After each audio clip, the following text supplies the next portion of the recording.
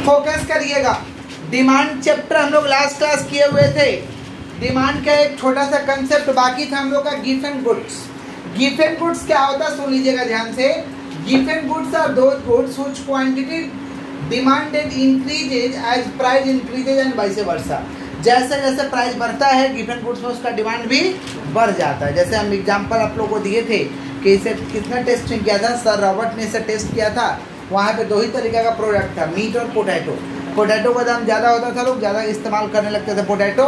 Meet का दाम ज़्यादा होता था, लोग मीट ज़्यादा इस्तेमाल करने लगते थे। समझ पा रहे? ऐसे गुड्स को हम कौन सा गुड्स कहते हैं? गिवन गुड्स। कौन सा गुड्स कहते हैं? ऑल गिवन गुड्स आर इंफीरियर गुड्स। जितना का जितना गिवन गुड्स है सब इंफीरियर गुड्स है, माना लो क्वालिटी का गुड्स है। समझ में क्या बोल रहे हैं? But all inferior goods are not गिवन गुड्स। जितना इंफीरियर है सारे के सारे गिवन गुड्स नहीं हो सकते, लेकिन जो इंफीरियर है वो सारे के सारे कौन सा गुड्स है? Given goods. कौन सा गुड्स है? क्लियर है? इसी के साथ चैप्टर हम लोग का खत्म हो जाता है। हम लोग चैप्टर 3 स्टार्ट करें, कंसेप्ट ऑफ इलास्टिसिटी। जोर से बोलो। कितना मार्क का क्वेश्चन आएगा? 2 मार्क्स। इलास्टिसिटी बचपन से ही हम लोग पढ़ते आए हैं। इलास्टिसिटी माने चेंज, एडजस्टेबल। चेंज एडजस्टेबल, उसे हम क्या कहते हैं? इलास्टिसिटी। बचपन में हम लोग स्कूल वाले जब पैंट पहनते थे या नॉर्मल पैंट पहनते थे तो इलास्टिसिटी वाला ही पैंट पहनते थे। यहाँ रबर दे दिया जाता था, समझे? ज़्यादा मोटा हो तो थोड़ा रबर को लंबा लो, तो पतला हो तो रबर ठीक रहेगा। समझ रहे हैं? स्कूल ड्रेस में भी वही पैंट आप लोगों को मिलता था और बचपन में भी हम लोग वही पैंट पहनते थे। समझ पा रहे हैं क्या बोल रहे हैं? इलास्टिसिटी वाला माने एडजस्टेबल। समझ रहे? आपके मोटापा के हिसाब से, कमी के हिसाब से वो एडजस्ट कर दिया जाएगा। समझ पा रहे हैं क्या बोल रहे हैं? क्लियर है क्या? तो इलास्टिसिटी, तो हम लोग को यहाँ पढ़ना है कि भाई डिमांड में क्या चेंजेज हो रहा है, डिमांड में क्या एडजस्ट हो रहा है। समझ पा रहे? कितना % का चेंज हो रहा है, यही चीज पढ़ना हम लोग को कहाँ पे? Concept of elasticity. Concept of, क्योंकि कभी मांग कम होता है, कभी ज्यादा होता है, कभी कम होता है, कभी। समझ रहे हैं क्या बोल रहे हैं कि नहीं समझ रहे? जैसे कोरोना के टाइम में मास्क और सैनिटाइजर का अचानक से डिमांड बहुत ज्यादा हो गया था। समझ रहे हैं क्या बोल रहे हैं कि नहीं समझ रहे? हुआ था कि नहीं हुआ था? बोलिए। तो कभी डिमांड ज़्यादा होता है, कभी डिमांड कम होता है। तो कितना % से डिमांड बढ़ गया, कितना % से डिमांड चेंज हो गया, कितना % से डिमांड कम हो गया, किसके कारण कम हो गया, ये सारे के सारे चीज़ हम लोग कहाँ पढ़ते हैं? Concept of elasticity. बोलो क्या बोले हैं? माने ये कितना % चेंज हो रहा है मापने का एक तरीका है। कितना % डिमांड चेंज हो रहा है ये मापने का क्या है? तरीका है। तो इलास्टिसिटी ऑफ डिमांड एग्जाम में आता है कि what is elasticity of demand. माने मांग में लोच, हिंदी अगर होता है मांग का लोच, माने मांग में कितना चेंज हुआ, डिमांड में कितना चेंज हुआ। तो इलास्टिसिटी ऑफ डिमांड, देखिए डिमांड में कब चेंज होगा? जब 1% भी इसका इंडिपेंडेंट वेरिएबल्स, 1% भी इंडिपेंडेंट वेरिएबल्स में अगर चेंजेज आ जाएगा तो डिमांड ऑटोमेटिक चेंज हो जाएगा। Demand automatic. फर्स्ट चैप्टर में हम लोग पढ़े थे आपका डिटर्मिनेंट्स ऑफ डिमांड, पढ़े थे ना? जितना का जितना डिटर्मिनेंट्स ऑफ डिमांड था उसमें अगर 1% भी परिवर्तन आ जाता है, जैसे मान लो test and preference, test and लोगों का स्वाद और पसंद ही चेंज हो गया तो डिमांड ऑटोमेटिक चेंज हो जाएगा। डिमांड ऑटोमेटिक क्या हो जाएगा? चेंज हो जाएगा। समझ पा रहे हैं क्या बोल रहे हैं? तो इलास्टिसिटी ऑफ डिमांड का देखो डेफिनेशन लिखे हैं कि elasticity of demand is the percentage change in quantity demand for 1% change in any of independent variables of the demand function. माने डिमांड फंक्शन के एक भी इंडिपेंडेंट वेरिएबल्स में 1% का भी अगर चेंज आ जाएगा तो डिमांड में चेंज आ जाएगा। अब डिमांड फंक्शन के इंडिपेंडेंट वेरिएबल्स क्या होते हैं? जो आप डिटर्मिनेंट्स ऑफ डिमांड पढ़े थे ना, income of the consumer, need of the consumer, taste and preference, substitute goods, complementary goods. Substitute goods और कौन सा गुड्स? समझ रहे हैं? इधर अगर थोड़ा सा भी चेंजेज होगा ना डिमांड में चेंज हो जाएगा। डिमांड में क्या हो जाएगा? इसको हम क्या कहते हैं? Elasticity of demand. बोलो क्या बोले? फॉर्मूला क्या है भाई? Percentage change in quantity demanded divide by percentage change in the independent variable. Percentage change in the independent. समझ रहे? अब मान लो किसी का इनकम चेंज हो गया तो स्वाभाविक सा बात है डिमांड चेंज होगा। समझ रहे क्या बोले? एग्जाम्पल दिए थे, समझ रहे हैं? मान लीजिए भाई साहब का अचानक से 2 लाख का महीना इनकम हो गया तो डिमांड चेंज होगा कि नहीं होगा? या मान लीजिए इनकम इनका 0 हो गया, डिमांड चेंज होगा कि नहीं होगा? डिमांड चेंज होगा। समझ रहे हैं? तो इसी को हम कहते हैं इंडिपेंडेंट वेरिएबल। क्या कहते हैं? क्लियर है क्या? तो ये इलास्टिसिटी ऑफ डिमांड क्या है भाई? एक मापने का तरीका है कि डिमांड में आखिरकार कितना चेंजेज आ रहा है, उसको मेजरमेंट किया जा सके। समझ रहे हैं? उसे हम क्या कहेंगे भाई? Elasticity of demand. क्या कहेंगे हम लोग? इलास्टिसिटी ऑफ डिमांड 3 तरीका का होता है। इलास्टिसिटी ऑफ डिमांड 3 तरीका का होता है। कौन कौन सा होता है? अच्छे से सुनिएगा। पहला हम लोगों का प्राइस इलास्टिसिटी ऑफ डिमांड, बोलो क्या बोले हैं? दूसरा इनकम इलास्टिसिटी ऑफ डिमांड, बोलो क्या बोले हैं? और तीसरा हम लोगों का है cross price elasticity of demand. Cross price elasticity of demand. तो डिमांड कितना तरीका का भाई? 3। कितना तरीका? कौन कौन? Price elasticity of demand, income elasticity of demand, cross price elasticity of demand. अब ये प्राइस इलास्टिसिटी ऑफ डिमांड क्या होता है? नाम से ही पता चल रहा है कि डिमांड में परिवर्तन होगा प्राइस में परिवर्तन होने के कारण। डिमांड में परिवर्तन होगा प्राइस में परिवर्तन होने के माने डिमांड चेंज हो जाएगा अगर प्राइस चेंज होता है तो। डिमांड चेंज हो जाएगा प्राइस चेंज होता है तो। ये कौन बात बोला? Price elasticity of demand. बोलो क्या बोले हैं? वही डेफिनेशन हम लिखवाए हैं। देखिए यहाँ पे the percentage change in quantity demanded of any commodity, the percentage change in quantity demanded of any commodity due to 1% change in price. Due to 1% change in मान 1 भी % प्राइस में अगर चेंज हो जाता है तो डिमांड में परिवर्तन हो जाएगा, डिमांड चेंज हो जाएगा। इसे हम क्या कहते हैं? Price elasticity of demand. बोलो क्या बोलें? तो डेफिनेशन क्या हो जाएगा? The percentage change in quantity demanded of any commodity. बोलो क्या बोलें? Of any commodity. शुरू से बोलो। The percentage change in quantity demanded of any commodity. वापस से बोलो। Quantity demanded of any commodity due to 1% change in price. Due to 1% change in शुरू से बोलो। The percentage change in quantity demanded of any commodity due to 1% change in price. Due to 1% change in other things remaining the same. बोलो क्या बोले? Other things remaining the same. Other things remaining the same is called price elasticity of demand. Is called price elasticity of demand for that commodity. For that commodity. It's called price elasticity of demand for that commodity. शुरू से बोलो क्या बोले? Change in quantity demand of any commodity due to 1% change in price. Other thing समझ पा रहे? तो क्या बोलेंगे इसे? It's called price elasticity of demand for that commodity. For that clear है क्या? पक्का क्लियर है? वापस एक बार बोलो। of any commodity due to 1% change in price. Other things is called demand for that commodity. For that ठीक है? पर ये गाइड को बारे याद हो जाए। EP इक्वल टू क्या है भैया? फार्मूला क्या है? Percentage change in quantity demanded divide by percentage change in price. ये फार्मूला है। Percentage change in quantity demanded divide by percentage change in price. Clear है क्या? Clear clear. Next income elasticity of demand. बोलो क्या बोले हैं?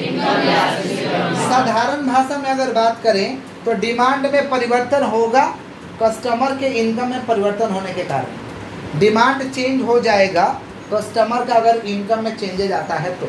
इसको हम क्या कहेंगे? Income elasticity of demand. बोलो क्या बोले? क्या डिमांड चेंज होगा कि नहीं होगा? बोलिए। कस्टमर का इनकम चेंज हो जाएगा तो डिमांड चेंज होगा कि नहीं होगा? इसको हम क्या कहते हैं? Income elasticity of demand. बोलो क्या बोले? तो डेफिनेशन वैसा ही लिखवाए हैं हूबहू कि the percentage change in quantity demanded of any commodity. बोलो क्या बोलो? Of any commodity due to 1% change in income. वहाँ प्राइस था, यहाँ क्या? Due to 1% change in income. Other things remaining the same. Other things remaining the same. It's called income elasticity of demand for that commodity. It's called income elasticity of demand for that commodity. Clear है क्या? इसे हम क्या कहते हैं? Income elasticity. क्या कहते हैं? शुरू से बोलो। शुरू से बोलो क्या बोले? The percentage change in of any commodity due to 1% change in income. Other things समझ पाए? Other things remaining the same. It's called income elasticity of demand for that commodity. For that इसे हम क्या कहते हैं? Income elasticity of demand. हमारे बच्चे normal है। नेक्स्ट है क्रॉस प्राइस। क्या बोलिए? क्रॉस प्राइस का डेफिनेशन हो जाएगा the percentage other thing remaining the same, other thing remaining the अन्य कारक स्थिर होना चाहिए। Other thing remaining the same का मतलब होता है अन्य कारक क्या होना चाहिए, स्थिर होना चाहिए। Other things remaining the same, other things remaining the 1% price change of any commodity, 1% price change of any commodity, समझ पा रहे हैं? 1% प्राइस चेंज ऑफ कौन सा, एनी कमोडिटी, किसी भी कमोडिटी का अगर 1% से प्राइस चेंज हो जाता है, समझ रहे हैं, resulted demand changes of another commodity, demand changes of दूसरा कमोडिटी का डिमांड में परिवर्तन आ जाएगा। इसको हम कहते हैं क्रॉस प्राइस इलास्टिसिटी। क्या कहते हैं? जैसे मान लो कार का दाम कम हो गया, कार का दाम किसका डिमांड बढ़ेगा, पेट्रोल, किसका डिमांड बढ़ेगा? समझ रहे हैं क्या बोल रहे हैं कि नहीं समझ रहे हैं? बोलिए, समझ रहे हैं? जैसे सिम फ्री में जियो वाला आकर के दिया तो किसका डिमांड बढ़ गया, जियो का रिचार्ज का, जियो का। अभी जियो सिनेमा फ्री में दे दिया गया है कि देखिए जिस भाषा में पसंद हो उस भाषा में देखिए, हिंदी नहीं समझ में आता कोई बात नहीं, भोजपुरी कर लीजिए, इंग्लिश नहीं समझ में आता हिंदी कर लीजिए, बहुत सारा ऑप्शन है। जियो सिनेमा पे आप फ्री में देख सकते हैं। समझ पा रहे हैं क्या बोल रहे हैं? क्या देख सकते हैं? IPL। समझ पा रहे हैं क्या बोल रहे हैं? आप IPL जियो सिनेमा, तो जियो सिनेमा फ्री कर दिया, कस्टमर ज़्यादा आ गए, कस्टमर तो किसका डिमांड बढ़ेगा भाई, रिचार्ज का। जिसके मोबाइल में रिचार्ज नहीं हो वो भी करा हो, जिसके मोबाइल में देखना रिचार्ज रहेगा तब तो चलेगा, समझे? और उसके लिए थोड़ा एक्स्ट्रा रिचार्ज चाहिए, रिचार्ज तो चाहिए लेकिन एक्स्ट्रा रिचार्ज चाहिए, क्योंकि 3 घंटा कंटिन्यू देखना है और 3 घंटा वो 1.5 GB और 1 GB में होगा नहीं, थोड़ा ज़्यादा चाहिए। नेट का कनेक्टिविटी थोड़ा ज़्यादा चाहिए, नहीं तो 1.5 GB में 1 घंटा देख कर संतुष्टि ले लो। समझ रहे क्या बोल रहे हैं, नहीं समझ रहे? तो कहने का मतलब है कि वो कम कर दिया गया, एकदम किसका डिमांड बढ़ गया, रिचार्ज का। जिसका मोबाइल में रिचार्ज नहीं हुआ वो भी कर रहा होगा, क्योंकि हमें देखना है। अच्छा, सब कंपनी का डिमांड बढ़ा होगा, ऐसा नहीं कि खाली जियो का बढ़ा होगा। जियो सिनेमा तो वोडाफोन वाले जिसका सिम है उसमें भी चलेगा ना, मोबाइल है तो वो तो ऐप है, वो किसी में भी चलेगा। तो सारे कंपनी का डिमांडेड रिचार्ज के बढ़ गए होंगे, समझ पा रहे? क्योंकि एक को फ्री कर दिया गया, एक को क्या किया गया, समझ रहे हैं क्या बोल रहे हैं कि नहीं समझ रहे हैं? तो ये होता है cross price elasticity. Cross price, आप गुड नाइट का जो लेने जाइएगा ना, क्या बोलते हैं, ऑयल वाला मशीन, ऑयल वाला मशीन लेने जाइएगा ना, तो मशीन ऑयल 65-70 रुपया मिल जाएगा। अब अगला बार से आइए ऑयल लेने 65 रुपया, तो एक का प्राइस कम कर दिए, मशीन घर में चला गया। तो गुड नाइट का मशीन लिए हो तो किसका ऑयल लोगे, तो आप उधर कटाई करेंगे। ये 8 लाइन का पेन 25-37 रुपया मिल जाता है। इंक लेने आइए 45 रुपया, इंक लेने आइए तो कितना, समझ पा रहे हैं? कहीं कहीं तो 50 भी ले लिया जाता है, कहीं कहीं कितना ले लिया जाता है, 50। पेन कितना दाम में मिला, तब टीचर लोग के पास पेन चला गया 8 लाइन का। अब 8 लाइन का पेन है तो 8 लाइन का इंक लगेगा, तो इंक लेने तो आओगे, उधर कटाई कर देंगे तुम्हारा। समझे? मैंने एक का कम कर दो, दूसरा का डिमांड अपने आप बढ़ जाएगा। एक का प्राइस कम कर दो, दूसरा का डिमांड अपने आप बढ़ जाएगा। समझ पा रहे हैं क्या बोल रहे कि नहीं समझ पा रहे? मान लो बटर का प्राइस ज़्यादा हो गया, डिमांड किसका कम हो जाएगा, ब्रेड का। बटर का प्राइस ज़्यादा हो गया तो डिमांड किसका कम हो जाएगा। कितना दुष्ट लोग बोल, हम लोग जेली लगा के मार लेंगे। वो एक्सेप्शन वाला कस्टमर है, वो कस्टमर कैसा भाई, एक्सेप्शन वाला। समझ रहे हैं क्या बोल रहे हैं? इसे कहते हैं क्रॉस प्राइस इलास्टिसिटी। समझ गए क्या? पक्का समझे हैं? क्रॉस प्राइस इलास्टिसिटी लिखवा देते तो बढ़िया रहता, जरूर लिखवा देंगे। आगे बढ़ते हैं, सुनिएगा ध्यान से। क्लियर है यहाँ तक? प्राइस इलास्टिसिटी और डिमांड को थोड़ा हम लोग फार्मूला बेस में समझेंगे तो ज़्यादा बेटर रहेगा। फार्मूला बेस में समझिए, क्योंकि इसका ऊपर सम करना होगा एग्जाम में। एग्जाम में क्वेश्चन तो श्योर रहेगा। समझ रहे हैं क्या बोल रहे हैं? अच्छे से सुनिए। प्राइस इलास्टिसिटी ऑफ डिमांड का पहले फार्मूला समझिए। क्या है फार्मूला इसका? Percentage change in quantity demand. Delta माने चेंज होता है। Percentage change in quantity demand को हम लिख सकते हैं percentage delta QD। Percentage delta माने चेंज हो गया, चेंज इन क्वांटिटी डिमांड। ये वाला भाषा लिखना रहेगा। अच्छा, डिमांड चेंज होगा तो ओरिजिनल पे चेंज होगा। ओरिजिनल डिमांड को हम QD बोलते हैं। ओरिजिनल डिमांड को क्या बोलते हैं? चेंज होगा तो ओरिजिनल पे ही ना चेंज होगा जी। चेंज होगा तो कहाँ चेंज होगा? ओरिजिनल पे चेंज होगा। डिवाइड बाई क्या हो रहा है? परसेंटेज चेंज इन प्राइस माने परसेंटेज चेंज इन प्राइस माने डेल्टा P। डेल्टा तो ये चेंज क्या चीज़ पे होगा? ओरिजिनल प्राइस पे होगा। नहीं समझे? डिमांड चेंज हुआ, क्या चीज़ पे चेंज हुआ? ओरिजिनल डिमांड पे। प्राइस चेंज हुआ, किस पे चेंज हुआ? Original price. ओरिजिनल समझ रहे हैं क्या बोल रहे हैं? तो ये बीच वाला किसका साइन है? डिवाइड का साइन। किसका साइन?